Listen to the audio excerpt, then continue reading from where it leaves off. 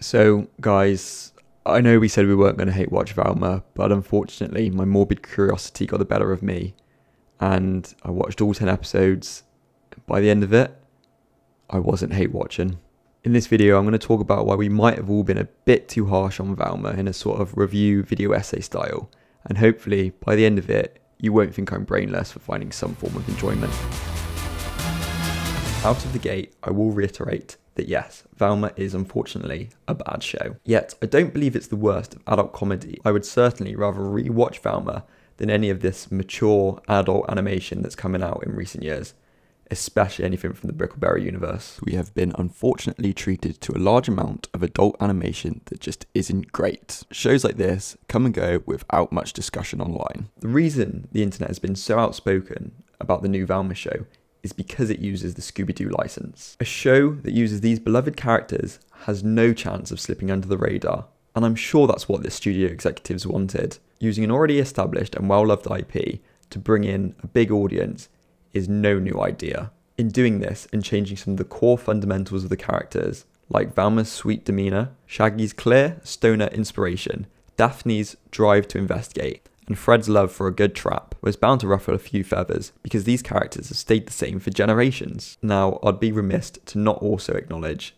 the other reason why Velma has ruffled a few feathers, and that's the exploration and inclusion of LGBTQ+ themes, and the race swapping of the main cast, aside from Fred.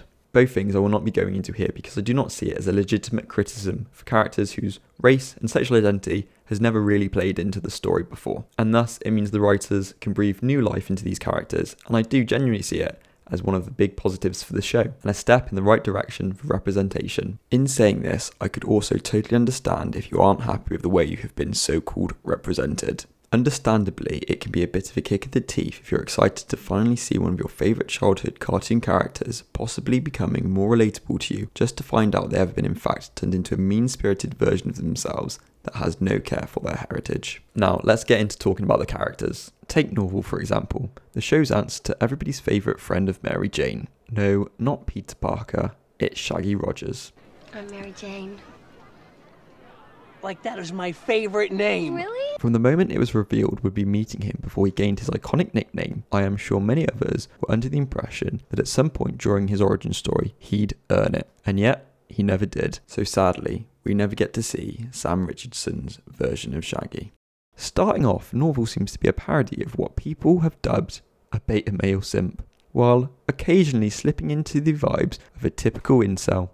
But I need 500 to get a girl to date me! Norville is incredibly high-strung and not reminiscent at all of the laid-back Shaggy we know and love, even going as far as to give him a strong aversion to 420 and that chilled-out lifestyle, which further detaches him far from the Shaggies that came before.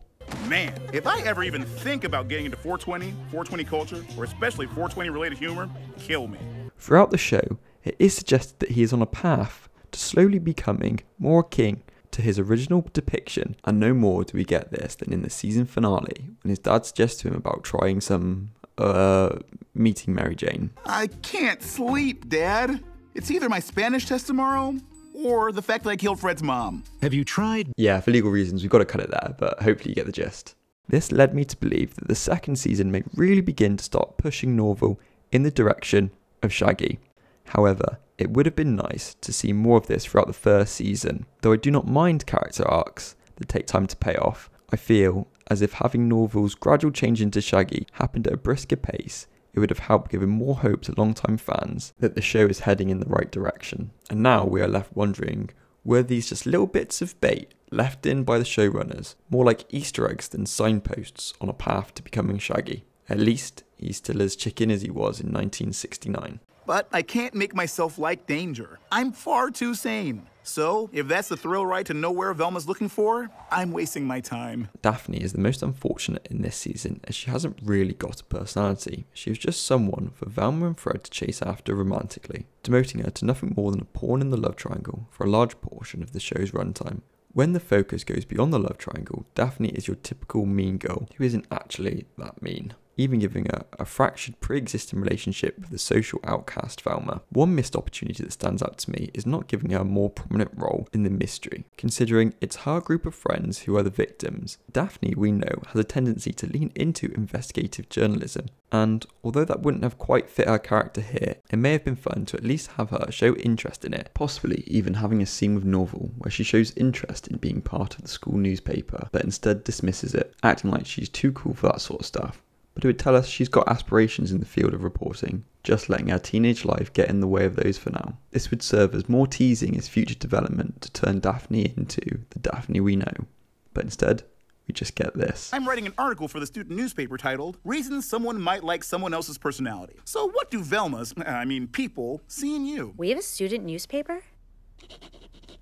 In a strange decision for the character's arc, Daphne is given her own mystery to solve, with it being very similar to Velma's mystery as both are related to their parents, though it plays second fiddle to Velma's mystery, leading us, the audience, to not really engage with it, and so it ends up being about as forgettable as her, which is a real shame, considering Constance Wu seems to be an ideal fit for Daphne and gives a good performance despite not having a ton to work with.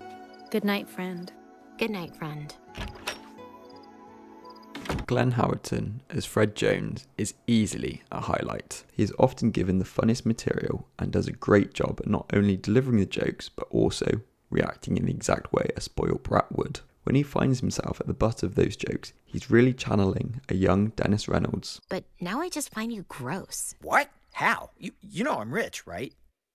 Like, I once sat through an entire opera rich. The sad fact is, he's a great character, but he isn't Fred. Fred's characterization feels as though it was written for a different show. To an extent, you can see why people hate the humiliation of him. I will say I believe having him as a privileged, immature, spoiled rich kid fits well for the image of Fred, and lends itself to some of the show's greatest highlights when mocking him for the very thing he uses to hold himself above others. The problem with Fred comes in his complete lack of likability. Eventually we are supposed to believe that Fred becomes the de facto leader of the Mystery Incorporated team. However, this version of the character isn't much more than a psychopathic narcissist. I fully see the intention, and it certainly works in theory and occasionally in practice, but he still doesn't quite ever reach the Fred status. This could be something that comes with season 2. But as I've said about the others, I fear it may be too little, too late, and we don't get any reference into his love for traps, which is a big disappointment and really could have at least worked for a good joke or two. We also hardly get to explore the interpersonal relationships between Fred and the other gang members, something that could have been extremely interesting given he is probably the member with the least amount in common with the others. Perhaps taking a moment to see how a friendship between them works despite the large divide in circumstances. A big part of his story in this show is his love for girls and how he's always flirting and chasing after them. Fred was never like this and would be so oblivious to any romantic attention that Daphne would throw his way. This just reinforces that he doesn't have any of the heart or charm that made us love the original Fred.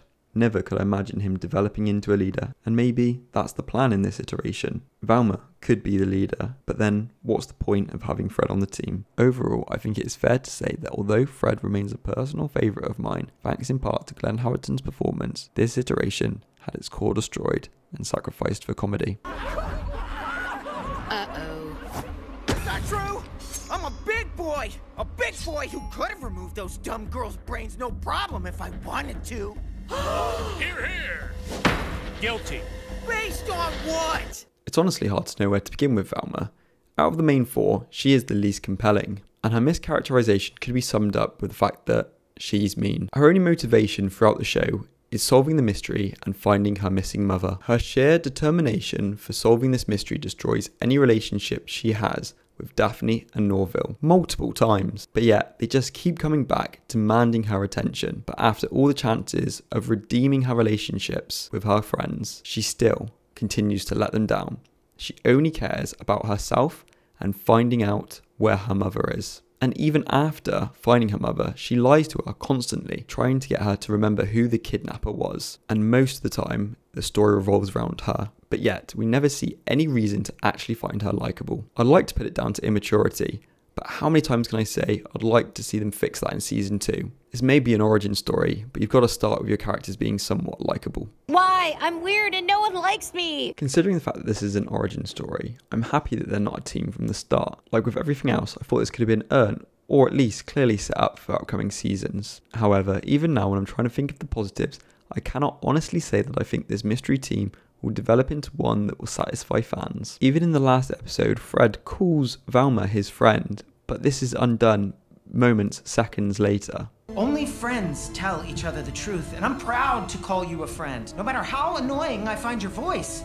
We also have keys for your friends. We're not friends. Norville killed my mother. She tried to kill me first! Only because she was possessed by the ghost of your grandma. Fred, ghosts are not real. A running theme of this show is that it never quite sticks the landing, and unfortunately the formation of the Mystery Incorporated team is one of the biggest omissions of this origin story.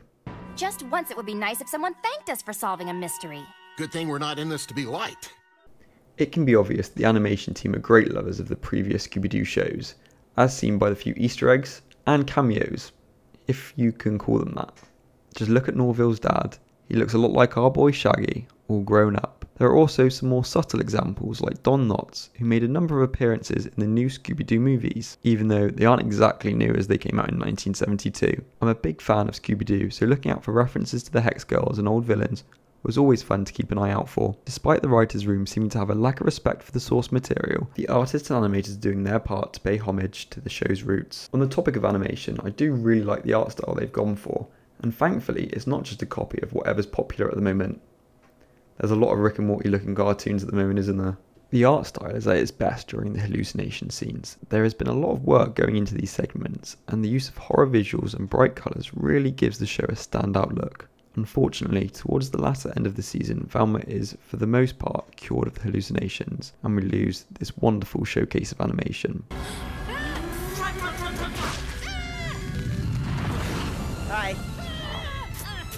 As the show progresses, it becomes more and more obvious that the animation and the fun that could be had with it, especially in the Scooby-Doo license, is held back by showrunners who often work in a live-action medium. This leads to many visual gags falling flat and a gross overuse of violence and sex within a high school setting that has no real substance beyond shock. There aren't really any clever jokes that seem to make the most of the medium. Furthermore, why make it a high school setting at all? When using these characters for an R-rated comedy, the show could have such a more unique and interesting story if it took place a few years after the mystery team disbands, when the gang could be in their late 20s and they all have to come back together. The sexualization and violent visuals wouldn't seem so out of place and vulgar. The high school setting is there to pique the interest of teenagers, as studio executives and people who don't love animation believe these are the only people that enjoy adult animation, creating a never-ending cycle of why we largely only get immature Western cartoons, and why shows like BoJack Horseman should be praised, and how out-of-touch studio executives only cause harm to the conversation that mature adult animation is just a childish genre aimed at teenage boys, as opposed to being a more interesting way to explore all types of genre in a more meaningful capacity. And animation is ready to be taken to the next step. We are all ready for it. Please help us. Now, onto the humour of the show. There was a few sort of I just expelled air out my nose moments, but nothing that ever had me bursting out with laughter, or even really a chuckle. More often than not, I'd be laughing that a joke was left in, and questioning who it was for, and why is this funny, and never truly understanding what it was actually trying to make fun of. Exactly. I spit truth without a filter, like every comedian before #MeToo. Look. Velma has been accused of being too woke after some of the changes the show made, and judging from my own personal experience, and that of the more open-minded crowd, it instead seems to have alienated the audience that otherwise would have enjoyed the changes that the show made. By leaving in jokes that just make people uncomfortable and confused, this has led to Velma getting criticism from all fronts. And so, whether or not this is founded in legitimate criticism or bigotry, it has meant Velma has struggled to find its audience. Great. Now even just being myself won't work. At one stage of production, I think the Scooby-Doo license was never going to be used, and this was going to be a more generic high school mystery comedy. However, using these popular characters, it has propelled the show into the cultural zeitgeist, which I'm sure was the desired effect, and it's hard to argue as the premiere is the most viewed HBO Max animated original. Doing this, HBO Max has potentially ruined its own reputation when it comes to the ability of respecting the IP and the fans that come with it, as well as making a show that the majority of the time has an identity crisis and doesn't know which direction to go in. When we look at the season by itself, we leave the characters in pretty much the same state as when we found them, not really having any growth towards their established selves. I think with all the characters, it comes back to the idea that they wanted caricatures of certain types of people, and for those to feed into teenage stereotypes of today, giving the show the familiar feeling of the generation before, judging the generation of now. These themes can be fine to do and have been funny before, but when you use an IP like Scooby-Doo to explore these caricatures, it feels like a big waste of the franchise's long and rich history.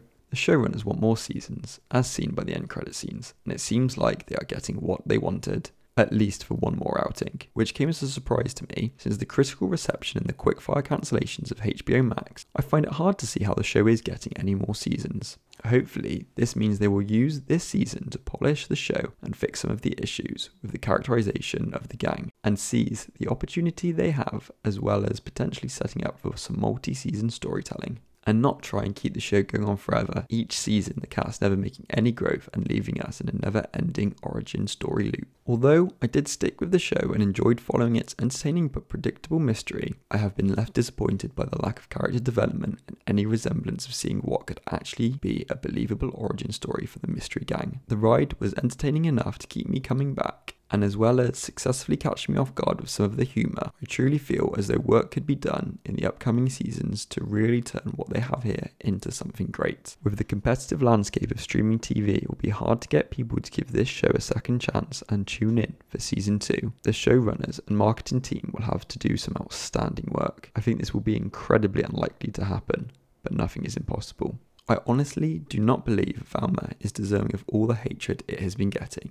If you switch your mind off and don't think about the bigger picture, the show can act as a fast-paced, easy watch. In saying this, I must reiterate that this show is far from something that Scooby-Doo fans, or fans of adult animation in general, will ever be too proud to bring back up, and won't be looking back on it fondly. After the lackluster 2020 movie, I certainly do hope there is some great Scooby-Doo content coming soon. But for now, we're left with this half-baked origin story that's set in this uncanny valley of Scooby-Doo characters, where its themes and ideals do not pair well with the wacky world of Hanna-Barbera. A good show is buried deep within here, but the use of the Scooby-Doo IP has had a very negative impact. I think it's fair to say they would have gotten away with it if it wasn't for those meddling kids.